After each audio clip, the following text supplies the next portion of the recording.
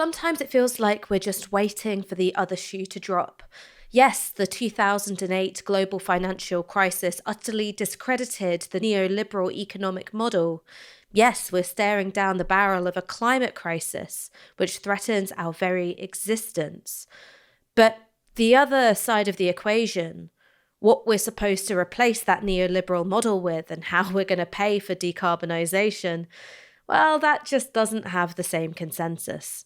Stephanie Kelton, an economist and former advisor for the 2016 Bernie Sanders campaign, argues that finding the money is actually the easy part. She's a proponent of modern monetary theory, a set of ideas which turns fiscal assumptions on their heads, and has also invited criticism from both the left and the right. You lot have been asking for an MMT downstream for ages, so here it is. And if you want to find out more about Stephanie Kelton's ideas, she's got a book called The Deficit Myth and is the subject of a new documentary called Finding the Money. There's a link to it in the description. I hope you enjoy this interview.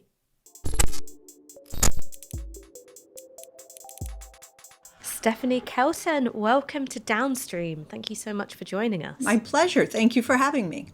So I guess my first question is this. Could you explain to me, for the completely uninitiated, what MMT is? And please bear in mind, you're talking to a literature graduate, so write in Comic Sans if you have to. Okay. Well, I'm going to do this the way that you asked me to do it, but I feel a sense of obligation to the many people who developed the writing and the scholarship that over now almost 30 years has been dubbed MMT. So it really is a very big project that a number of us started contributing to 25, 30 years ago, thinking about the monetary system and what it is that we have today in the form of a fiat currency, which is basically saying, we don't have a currency in the UK, the pound, in the US, the dollar, in Australia, the Australian dollar, in Japan, the yen. These are fiat currencies with a flexible exchange rate, meaning we're not on a gold standard or some other monetary system where the government pledges to convert the currency into something it could run out of, gold or silver or another country's currency. And so MMT is really about interrogating this question, like what has changed? What changes when you have a floating exchange rate and a fiat currency? What are the policy options that are available that we think are unavailable to us because we're very often trapped in this old way of thinking about how the currency works? And what MMT is doing is saying, let's recognize that we have this sort of degree of freedom available to us because of the monetary system we have today. And we're not really taking full advantage of the policy options that are available to us. So I'll give you just one example, full employment. We tend to run economic policy as if we're in some ways still constrained by the need to find the money. It's almost like, how are you going to pay for everything? Where will you find the money to do this? Has this sort of gold standard aura about it, as if you really have to go out and find gold or something in order to be able to pay for education or healthcare or infrastructure, or deal with climate. And MMT is trying to clear sort of the fog and bring us to the modern era where we recognize that we're not on a gold standard. The money system we have today allows us to spend more freely, but the thing you have to watch out for is inflation. And so it really does shift the entire debate away from worrying about things like running out of money, bankrupting the country, and so forth, and get us focused on our real capacity to build infrastructure or deliver healthcare services or combat climate change or whatever, in a way where we have a proper debate instead of these distracting debates that have really hampered, I think, policymaking for most of my adult life. I mean, so if I understand you correctly, is the argument from MMT that currency can be issued basically without limit by central banks. The only thing you have to worry about is inflation. And within the framework of MMT, taxation becomes a way of managing inflation because it takes money out of circulation.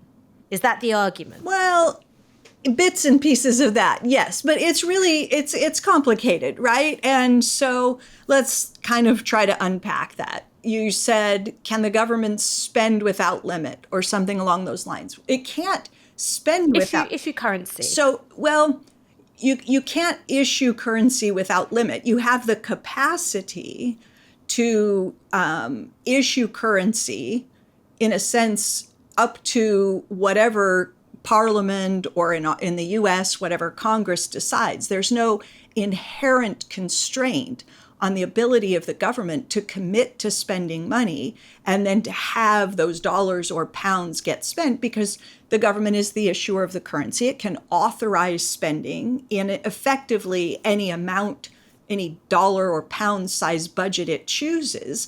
But the limit you rightly then pointed to is inflation. So there is a constraint. You can't run out of money, but you can run out of things to buy. And that's a real hard constraint, is the capacity of the economy to safely absorb that spending. And if there isn't sufficient capacity to safely absorb the spending, then you will get inflationary problems. And then you pointed to taxation, which is one way to sort of calibrate what it is the government is trying to do, so that if the government just said, listen, we're never going to collect tax, we're not going to increase tax ever again, we're just going to leave the tax code as it is today, and we're just going to spend freely from here on out, never worry about changing tax levels or anything, you would get an inflation problem, right? And you said taxes, one important thing they do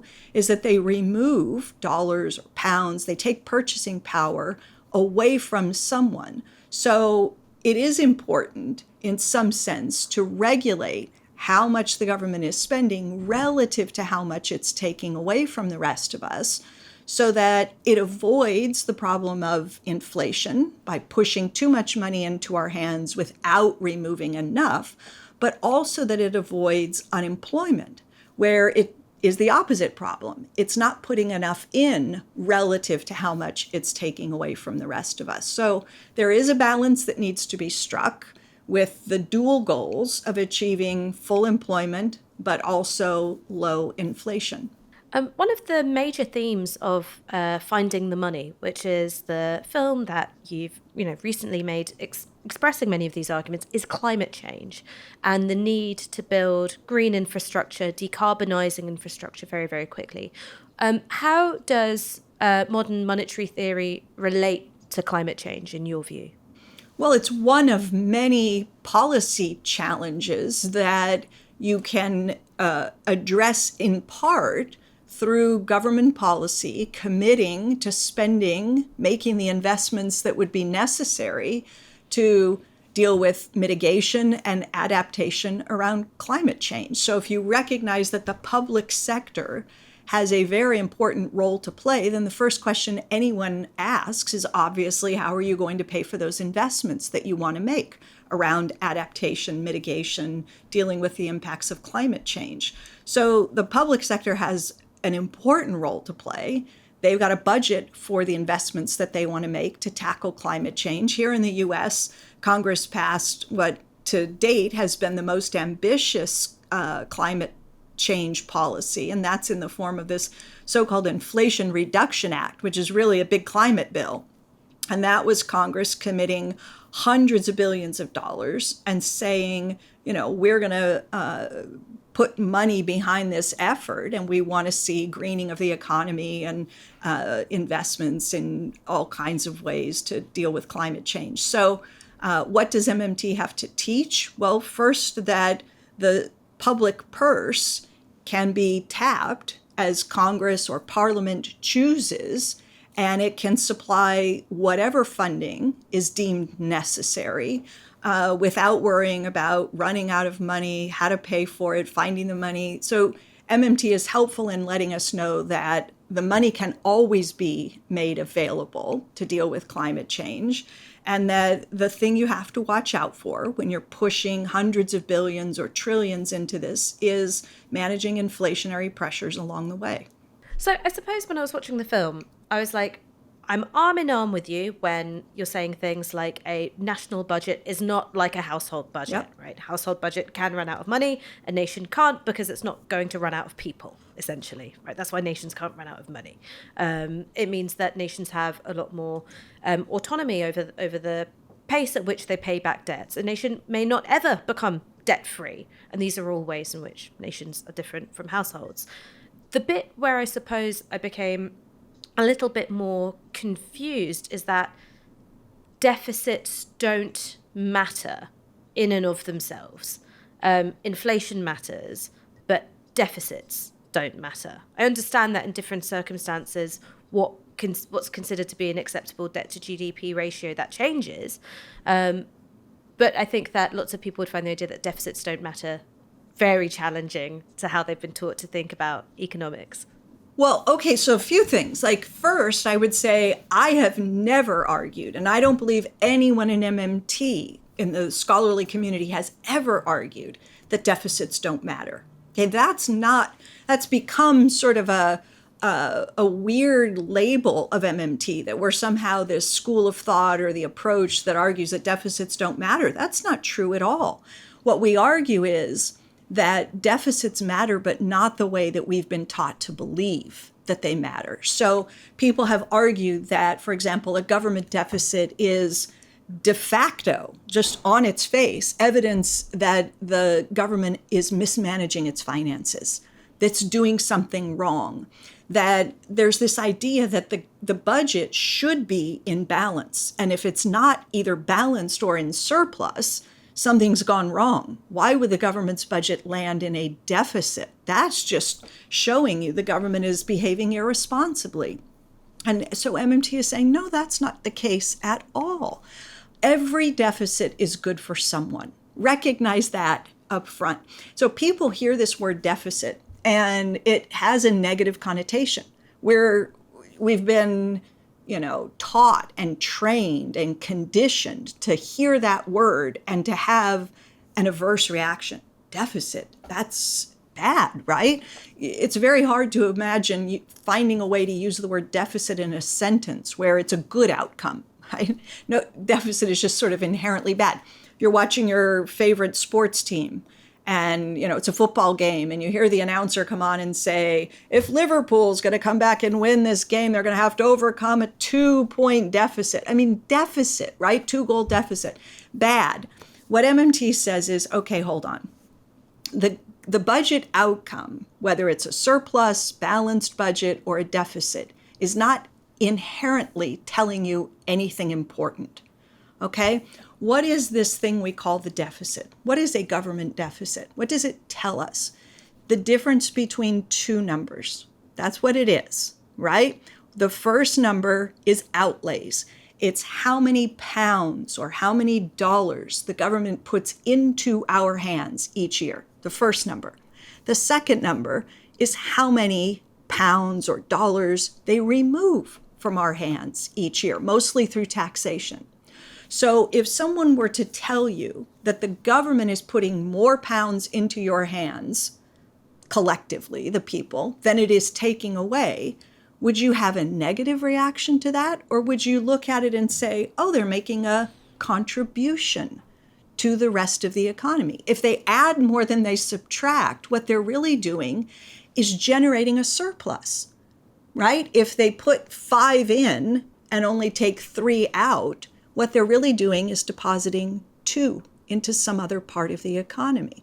So the government's deficit is equally a surplus when viewed from a different perspective.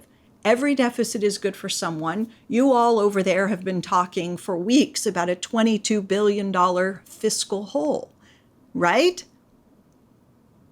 I Yeah. mean, it sounds like a horrible medical condition when you put it that way, It, but yes. yeah. So there's this huge obsession, media obsession, the politicians, the public, everybody has been sort of focused on this idea that there is a $22 billion shortfall, a hole, that something's gone wrong, that there's something that needs to be repaired or fixed or mended. And what I'm sitting here explaining to you is that this thing that we call the government deficit is our surplus. It is just by definition, by math, by accounting, it is always the case that if the government's budget is in deficit, that there is a financial surplus on the other side of the equation. And that financial surplus exists only because the government is putting in more than it's taking out. In other words, it is running a fiscal deficit. And so we've got to reframe and relabel and rethink this whole notion of what it means to have the government's budget not in balance, and how we understand the role of the government's deficit on our side of the ledger. I mean, so to think about what's happening on that other side of the ledger Yeah. for a moment. For me, there's a very big difference between, are we running a deficit because we've borrowed to invest in our national health service, right? Something which makes us all healthier, happier people. Or is it because Prime Minister Liz Truss has decided she wants to borrow in order to pay for tax cuts for the very wealthy? Yep. There's a difference between paying to renationalize, for instance, the railways or parts of the energy sector versus, handing out millions and billions of pounds to the likes of McKinsey and Deloitte. So one of the things I guess I'm asking is how important to you is where that public money is going on the other side of the ledger, to what extent it's in public hands or, in very, very elite private ones. Very important, right? So the first step, I think of this in sort of stages, because we have to deprogram people. We have to get them first over the hurdle, which is, I don't want the government ever to run a deficit. So the previous response that I gave you was about overcoming that first hurdle, right? Thinking of the government's deficit as our collective financial surplus. Every deficit is good for someone. And you're taking me right to where I want to be and where the rubber meets the road, which is, if I say every deficit is good for someone, you're saying, okay, but for whom and for what? And that's everything, right? But you can't get to that part of the debate and discussion, at least in my mind, without first coming to terms with the fact that it's okay for the government's budget to be in deficit. In fact, it's probably more than okay. In the US context and in the UK, it's necessary. We need the government's budget the budget outcome to be a deficit. So now we have a real conversation, which is, okay, who are those deficits serving? Are we running deficits to, as you suggested, create a huge windfall for people who are already doing phenomenally well? Tax cuts aimed at the biggest, wealthiest corporations or the wealthiest people in society. That will benefit them. Those deficits will produce surpluses for those folks, no question about it. But will it trickle down? Will it benefit broader society? Will it improve life for working people and the rest of it? And we've got 40 years. We've run this experiment. The results are in, and we know that it does not work. So now the question becomes, what kinds of deficits can deliver outcomes that lift people up, that produce better health outcomes, that tackle climate, that give us better, more affordable education, that deal with the real deficits in our economy, infrastructure, education, health, and the like. So every deficit is good for someone. First, you got to get over this aversion to having the government in deficit. Then once you get there, you say, all right, so we're going to have deficits, but deficits for whom and for what? And that's where the real debate needs to take place. I suppose if I was to play devil's advocate and pretend to be one of Rachel Reeves's advisors, I mean, what a world that would be. But let's say I'm one of Rachel Reeves's advisors and, we've had a high level meeting at the Treasury and I turn around and I say to you, well, it doesn't really matter what I think about running deficits. It doesn't matter what you think about running deficits. What matters is the market and being disciplined by the market, because ultimately the UK is reliant on imports. We import more than we export. We need the pound to be strong against the dollar. So the minute that goes the wrong way, like it did for Liz Truss and Kwasi Kwarteng, we have an economic crisis and we have a political crisis because of it. So what's your response to, I guess, that rebuttal, the idea that it doesn't really matter what we think about deficits, it matters what markets think? Well, I'm not going to say that markets are wholly irrelevant, but I will say that the UK, like so many other currency issuing governments, can survive quite well in the face of a currency that experiences depreciation, volatility. Australia has a currency that goes up and down. Japan has a currency that goes up and down vis-a-vis the dollar. And yet their governments pursue their independent macroeconomic policies without having to worry about market discipline per se. So look, I'll say with what happened to Liz Truss, I think has become a huge barrier in the thinking of the current government, that somehow if they try to take independent action to do something bold that maybe isn't fully costed, that increases deficits, that they're going to experience the kind of backlash from financial markets that people think, came in and said to Truss, oh, no, you don't. We won't allow you to carry out this set of, proposals that you wanted. And somehow that leaves you incapable of taking independent policy action. I don't think that's what happened at all with the Truss government. I think that what happened is she didn't have the support of backbenchers. She didn't get her ducks in a row before announcing this agenda. I think markets rightly perceived the agenda would be inflationary. I think that the reaction was, these policies are likely to push up inflation at a moment when inflation is already high. The central bank, the Bank of England, is going to respond to an increase in inflation by raising interest rates. And based on, this gets a little bit wonky, but this is financial markets trying to read what the central bank will do. In other words, interpret their reaction function.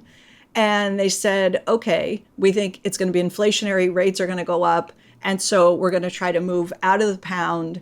And then you had the problems, of course, with the pension funds, which the Bank of England eventually did rescue. But I don't think that what happened is that markets were saying no to Liz Truss. I think markets were saying, Liz, this is probably going to be inflationary. The central bank is probably going to respond in this way. We're going to place our bets accordingly. And we don't think you have the strength from within your own party, and you don't have the Bank of England behind you. And so markets moved the pound down and yields up. And then you were through it in a matter of a short period of time because the Bank of England stepped in, took care of the pensions, but this was a political problem. This is not something that you have to worry about if you have the will to stand up to the central bank and to insist that you're going to move forward with your policy proposals. And if yields move up, it's not like you can't afford to carry out the agenda, even in the face of, rising interest rates. We did that here. I mean, just to go back to Rachel Reeves and the missing 22 billion. I mean, if you were in charge of her economic policy and her response to the 22 billion specifically, what would you be advising instead? Well, the point is there's nothing missing. It's there. It's it's on the non-government's balance sheet. That's where a government deficit goes, quote unquote, is it goes to the non-government part of the economy. There's nothing missing. Anyone who's ever dug a hole before knows that if you get a shovel and you start digging into the earth, you can dig a hole, but the dirt has to go somewhere. It piles up somewhere else. It's exactly the same thing with a government deficit. If there's a $22 billion deficit registered on the government's ledger, then there is a $22 billion surplus on the non-government ledger. It's not that it's missing. We know where it is. It's that there's an unhealthy obsession with the budget outcome, the idea that the government's budget is supposed to be balanced. It isn't. The economy is supposed to be balanced, not the government's budget. Okay? That's the problem, is that we have governments that get obsessed with the budget outcome instead of recognizing that there's nothing inherently wrong with having governments spend more than they collect in tax, that is to have their budget in deficit, if the broader economy is balanced. If you have full employment and low inflation, the number that pops out of the budget box at the end of the year, who cares? Right? Keep your eye on the prize. The real economy is what matters.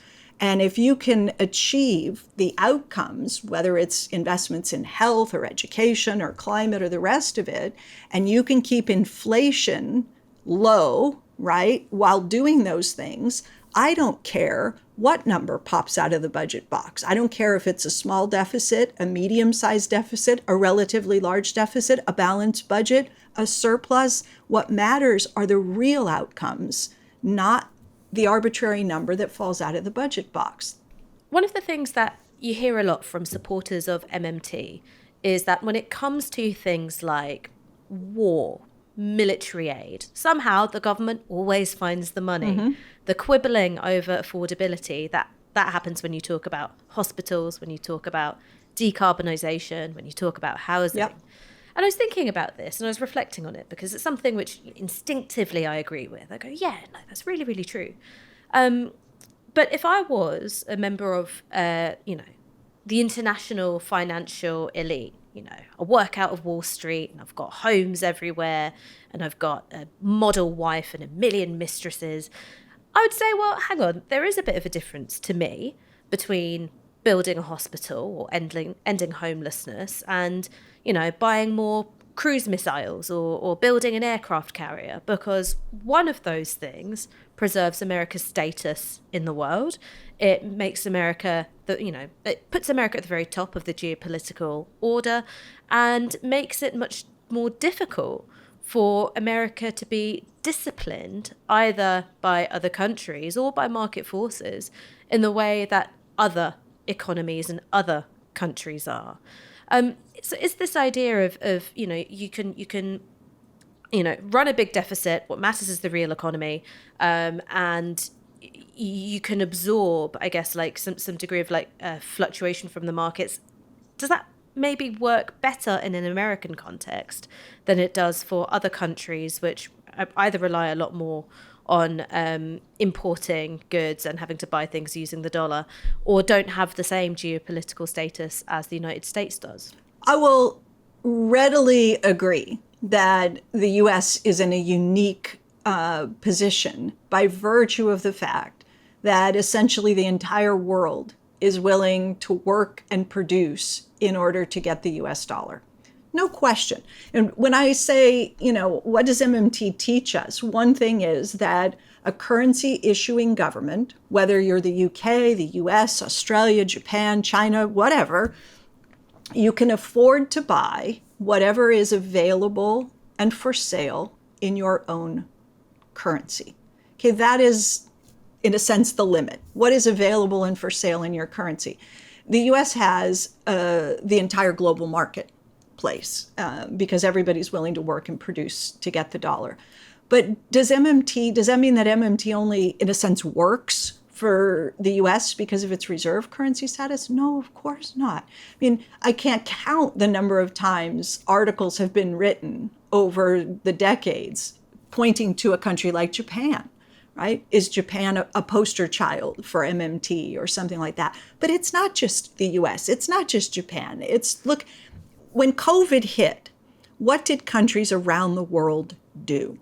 They massively spent to address the pandemic and the weak economies and so forth. Some spent more than others. Some did very bold, ambitious fiscal, but others, did more modest. But everybody spent a lot of money, and including countries that were told, you have a fiscal crisis, you won't be able to borrow, you have to get your fiscal house in order, there's no fiscal space and all that. Then COVID comes along, and all of a sudden it reveals the spending capacity of the UK, of even European countries, as long as the ECB was there to backstop them, of Australia, of Korea, of China, of Japan. I mean, everybody spent a lot of money.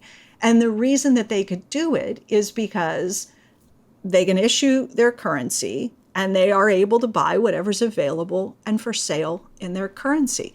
So are there countries that are more vulnerable to a depreciation if their currency gets weak and they have to import goods like food, medicine, energy, technologies, and you have a sharp depreciation in your currency and you're dependent upon the rest of the world for those critical imports, then you're going to pay more for those things. Doesn't mean you can't get them, but it may mean that you're going to acquire them only at higher and higher prices, and that could be inflationary.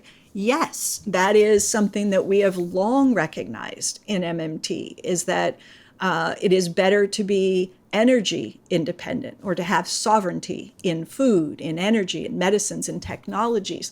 That better protects you from the risk of exchange rate fluctuations and your ability to run your domestic policy, full employment, price stability, without having to be fearful of not being able to acquire needed imports or only at higher prices. So it's a much more complex thing than just saying, because you have your own currency, you can have everything. We don't promise anything like that. I mean, listening to you speak, it seems that we're in agreement on a lot of things, right? We're in agreement on the need to invest in the productive parts of the economy, to mitigate our reliance on the finance sector. We're in agreement about the role of I guess, American supremacy and the sort of freedoms that allows America. I wonder then, are our differences then merely semantic? The fact that I will talk about taxing the rich in order to pay for something, and in your view, that is discursively unhelpful because it obscures the role that central banks play in creating the money, essentially, and that the money's already there. I would say it differently. I think that it's unhelpful because it's unhealthy to center the rich in our collective pursuit of well-being. That when people do this thing and they say, well, look, I just woke up this morning to headlines that the Labor Party is scrapping. Now you can correct me because you're closer to these issues than I am. But when I woke up this morning, I saw headlines that said the Labor Party is backing away from 3 tenets of its proposed revenue raising, right? It was going to close tax loopholes. It was going to go after the rich in these various ways. And now the party has decided, actually, no, we can't do those things. So as they back away from these pledges to go after revenue by taxing the rich, it robs them of the money they think they need to hire more nurses and more teachers and to do all of these other things. So what I'm saying is, what MMT is showing us, teaching, is to say, you don't need the rich or anyone else, and you don't need the revenue from higher taxes in order to, quote, pay for the spending that you want to do. And if you believe that you do, and you do as the Labor government has been attempting to do, which is to lay out a plan and say, we want to spend this much money, and here's how we're going to pay for it. We're going to get revenue from all of these tax increases, and you match it up, and it's all paid for, and it won't increase the deficit.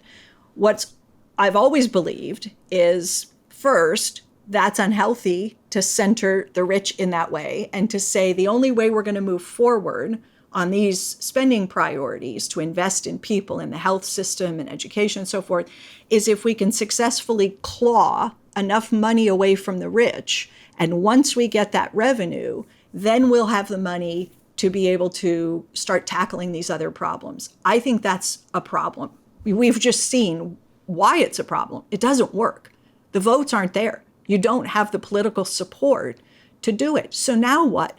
All of these other priorities just fall by the wayside because you don't have the political will to tax the rich. I think that's a big political problem, is that it tends not to work. And it didn't work here in the US either when the Biden administration wanted to do its Build Back Better agenda. And President Biden said, I don't want to add to the deficit, so we're going to pay for all of this. We're going to have child care and elder care. We're going to have a care economy plus infrastructure and climate and all the rest of it. And because I don't want to add to the deficit, we're going to get all the revenue from raising taxes on corporations and wealthier people. And the votes weren't there. Even Democrats wouldn't vote for it. So all of those care priorities fell by the wayside because we couldn't muster the strength to do it. This is a really important one because people will often say MMT is somehow like a permission slip to not tax the rich. And that's not it at all. Okay, what we don't want is to say that we won't move forward on important priorities, investing in health and education, in climate. What we don't want is to say we're not going to be able to move on any of those objectives unless and until we can get the money from the wealthy to pay for it all. That's what we want to do. We want to break that link and almost create two separate fights, okay? Inequality, wealth, income inequality has grown to such an extreme. It is so unequal that it's unhealthy, not just for the functioning of our economy, but for the functioning of our democracies. We need to rebalance the distribution of wealth and income and power and the power that goes with it. So absolutely have that fight. Close tax loopholes. Go after people who abuse the tax system. Change tax rates in ways that you think will make the tax code more fair and equitable and deliver better outcomes and all that. Have that fight, but don't bind other priorities to your success or failure on that front, because if you can't get where you're trying to get on the tax fight, if you can't get all the revenue that all of the tax increases would generate, and then you can't say, okay, well, I've paid for everything, so now we can make the investments in health and education, then what's very likely to happen is that you won't ever tackle those other problems, because you'll find that it was just politically not possible, that the votes weren't there, and you didn't have the political will to push up the taxes. And so you said, well, then I guess we have to abandon everything else. And what MMT is trying to say is have those fights, but separate them. Don't bind them together so that the only way you allow yourself to move forward with the spending proposals is if you can be successful on the tax front. I would still, as an MMT economist, I would still object to framing things in a way that says, the revenue that government collects from us is used to pay for X, Y, and Z. Because I know as an economist and someone who understands the monetary system and the operations, I know that's not how it works. So the academic side of me would still kind of grit my teeth and go, I don't want to say that because I know that's not how it works. But I might be, sort of quiet about my objection if I thought that in spite of the fact that it's misleading, at least it's going to help get us to the place where we all want to be, which is, better investments in education and health and tackling climate and so forth. I could grit my teeth and say, all right, let them pretend that the rich are going to pay for everything. And as long as we get the investments, I'll just, be quiet about it. My frustration is that I've lived long enough and watched these efforts to know that it doesn't work. It just politically, it has not borne fruit. And that's why I'm so insistent that we separate these fights, because I have, for too many years, watched the progressive agenda fall by the wayside because of the insistence that you have to be fiscally responsible and play along with the pay for game and, say, well, we'll get all the money. We'll just get it from the rich people. And there we go. We'll pay for everything. And I've just watched it fail over and over and over again. So I suppose my provocation would be this, which is, listening to that, it maybe seems like an attempt to deal with a political problem, which is the weakening of class politics. So not the weakening of class inequality, that's become stronger, but the weakening of class consciousness and a explicitness about class in politics. And so MMT sort of says, okay, well, we'll deal with that by making it as scary as a spreadsheet. So we're not going to be talking about the where the compromise between labor and capital is. We're not going to be talking about attacking concentrations of wealth. We're not going to be talking about a parasitic class of rentiers just, sucking all the money up and out of public institutions. We're going to make it something which comes across as a bit technocratic so it doesn't scare people. And if that's my provocation, my suggestion would be this, is that it's not the packaging of the politics that's the problem. In fact, the need is to renew and revive class politics to make any of this stuff happen. Look, I think here's my response to that then. I think that MMT, and I will speak for myself specifically because I've given some of these talks. I gave a talk at a inaugural conference called the Tax the Rich Conference. And so I went in there and I gave the strong pitch for why we should tax the rich much more heavily, but not because we need their money. And so I know that for MMT economists, it isn't the case that we say, well, we don't need to tax the rich to get revenue to pay for programs, and therefore we can sort of ignore the dangers, the threat that comes with these, rising inequities and concentrations of wealth and power and class and all the rest of it. Not at all. I think it's exactly the opposite, which is so ironic. So I'll give you just an example. Senator Elizabeth Warren. I don't know how many of your listeners are familiar with Elizabeth Warren, but I think most people would probably say a Bernie Sanders, Senator Bernie Sanders, a Senator Elizabeth Warren probably come to mind for most people as the two most progressive members of Congress, probably the two most class-conscious members of Congress. And both of them have proposed things like a wealth tax and taxes on financial speculation and all that sort of stuff that I think would be probably appealing to you and to, sounds like, many of your listeners.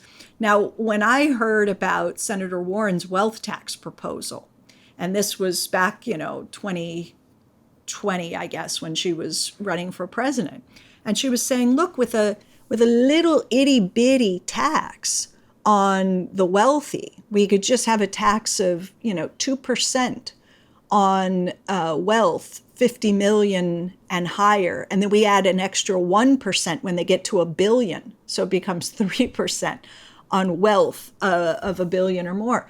We could take the revenue that we would get from that wealth tax and we could have affordable childcare. We could cancel some student loan debt. And she said, and you know what? The wealthy won't even feel it.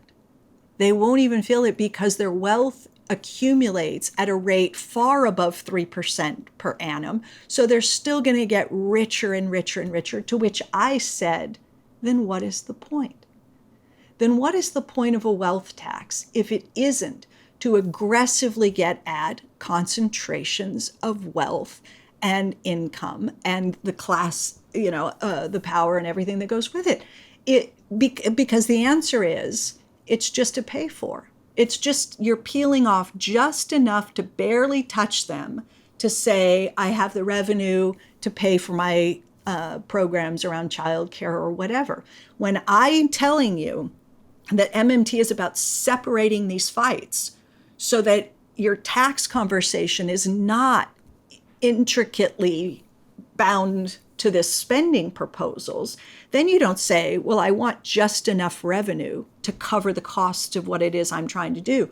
You separate the two and you say, what is it I want to accomplish in terms of dealing with people like Elon Musk or Peter Thiel or whomever you perceive to be too wealthy in society and to have too much power and too much control over the lives of other people, and to rebalance distribution between capital and labor. And I think you have a much stronger ally in MMT and in that framework when you're able to break yourself free of looking at tax for the sake of revenue and pay-fors, and you just say, let's just talk about how we want to reshape the tax code and so forth to address all of these other sorts of things. Why do you think it is that mainstream economists have been so resistant to taking MMT seriously? Because MMT turns on its head almost every core assumption in mainstream economics. I mean, it's you don't want somebody to come in and tell you that at the root of your discipline, you've gone in the wrong direction from the get-go on almost every front. That's not. Or what about governments? What about people who work for the Treasury, or people who work for centre-left parties? I suppose the thing I'm asking is that if what MMT provides is a win-win-win, right? You get to turn the public spending taps on, you get to build all this infrastructure, and you get to do it potentially without having these big fights over wealth taxes, which scare away the rich. Why aren't more centre-left parties embracing it wholeheartedly? Well, I think it has been embraced. I think it was embraced during COVID. I think it became clear, the headlines all over the place here, whether it was Bloomberg or the Wall Street Journal or the New York Times, ran some version of we're all MMTers now. Look, years ago, I don't know how many people, your listeners, are familiar with the economist John Kenneth Galbraith, but he was one of the most important influential economists of the last century, right? A good old-fashioned Keynesian. His son is James Galbraith, also an economist. And Jamie, as I call him because he's a friend, wrote a piece many years ago in The Nation magazine called In Defense of Deficits. And Jamie answered, I think, well, your question, which is why do people oppose it? Well, first of all, it doesn't promise a free lunch. It isn't a win-win-win-win. There are losers. And Jamie's point in that article, In Defense of Deficits, was that government deficits compete with the private sector for finance. So here's the argument. Banks in particular don't like government deficits because they compete with banks who would like to lend people money for the sake of allowing them to spend, where a government deficit is putting the money directly into your hands. You own it free and clear. You don't have to pay it back, right? On the other side of every government deficit lies a surplus for someone else. That's yours. You own it free and clear. What banks do is lend money with interest. And so when government deficits are very large, as they were with COVID, and the government was sending people checks and increasing the amount that they paid to the unemployed and all the rest of it, people were flush with cash. Many people had money left over at the end of the month for the first time in their lives. They could save a little bit. they were able to get by without relying on borrowing.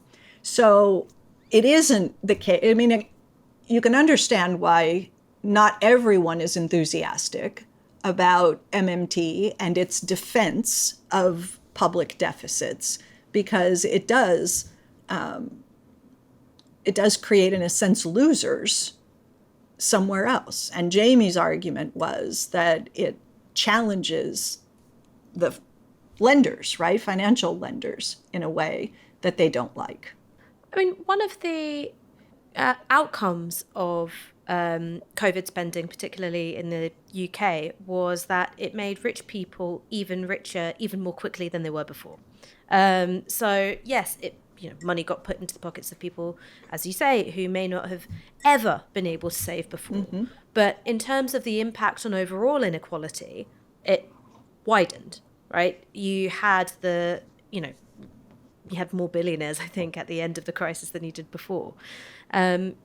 How does, I guess, that outcome square with the broader political mission of dealing with these inequalities? Because if you're saying, okay, well, like one of the reasons why we should embrace MMT is because it takes the wrangling over taxation out of it. What do you say to, or what do you do in the face of the fact that inequality widened over that period of time? Well, rich people got even richer, even faster. I think we have to look by country, and we have to be specific about what period of time we're looking at. I mean, we had widening inequality in the US for the better part of my lifetime, right? Without an infusion of COVID spending and more going to billionaires and so forth. We also had about 40% of all the kids who were living in poverty lifted out of poverty in 1 year, right? Because of the expansion of the child tax credit in the US. We also had real wages beginning to grow over the course of the last 15 months or so.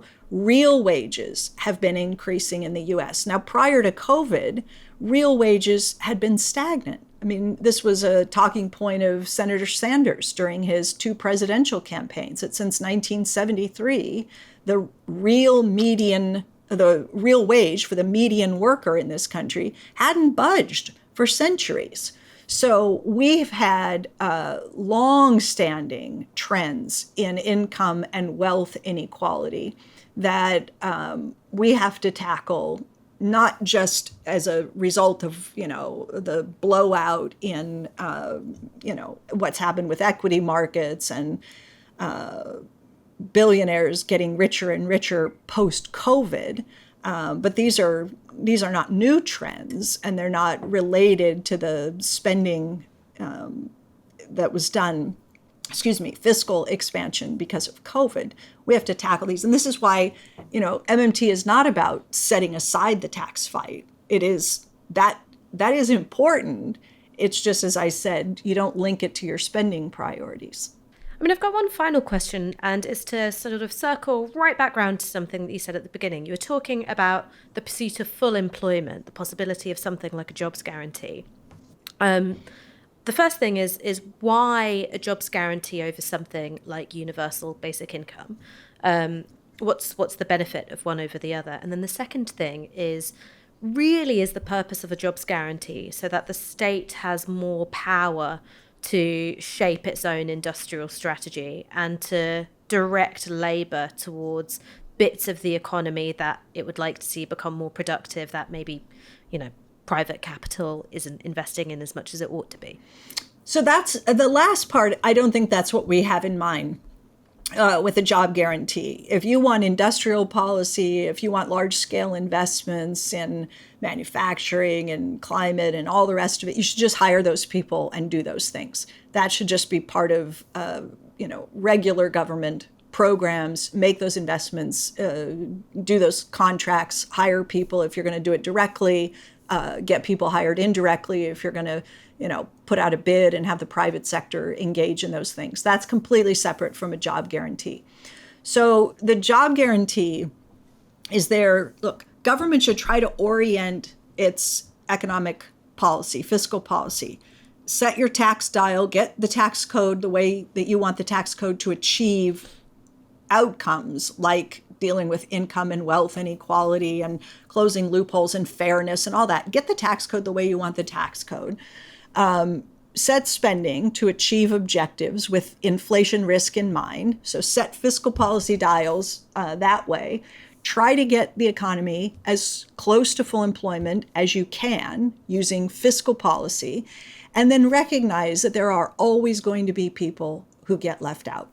It doesn't matter if there's one job vacancy for every job seeker. There's going to be a mismatch. There are going to be people who don't have the skills to fill the jobs that are available. You don't, have jobs in the geographic regions where they're needed, whatever. There are going to be millions of people who want to work, want to contribute, and cannot find a job anywhere else in the economy that is suitable. So what we've said is the federal government should then ensure that anybody who's ready, willing, and able to work can be employed at some base wage benefit package, federally funded, locally administered, because every single one of those people is, a bundle of energy and willingness and a fellow citizen who wants to contribute in some way, but has been locked out of that opportunity. Why? It's cruel. Let them work. Let them contribute. Allow them to do something useful in the community. And that's what the job guarantee is in part about. It's also about providing better price stability so that, when the economy goes through a business cycle and the, downturn begins and employers start laying workers off, a job guarantee absorbs those workers. They don't become unemployed. They can transition into the federal job guarantee program, have their skills either maintained or upgraded. They remain employable because the last person an employer wants to hire is an unemployed person. They would rather hire somebody from their competitor, pick them off at higher wages, which has the potential to be more inflationary than if you maintain a pool of employed workers out of which the private sector can come and hire when they're ready to staff back up. So it's more efficient, it's more humane, it makes more sense economically, socially, right? All of the tensions that happen when people experience unemployment, worse health outcomes, more crime. I mean, the whole gamut, right? It just, for all those reasons, makes more sense to us to have this program. Now, you mentioned a basic income. Why not just give people money? Well, you don't have many of the benefits that I just described. And I think, in light of the inflation that we experienced recently, and the way that it has been spun by many as simply the result of doing exactly that, giving people money in a time of crisis, that's why we got the highest inflation in 40 years.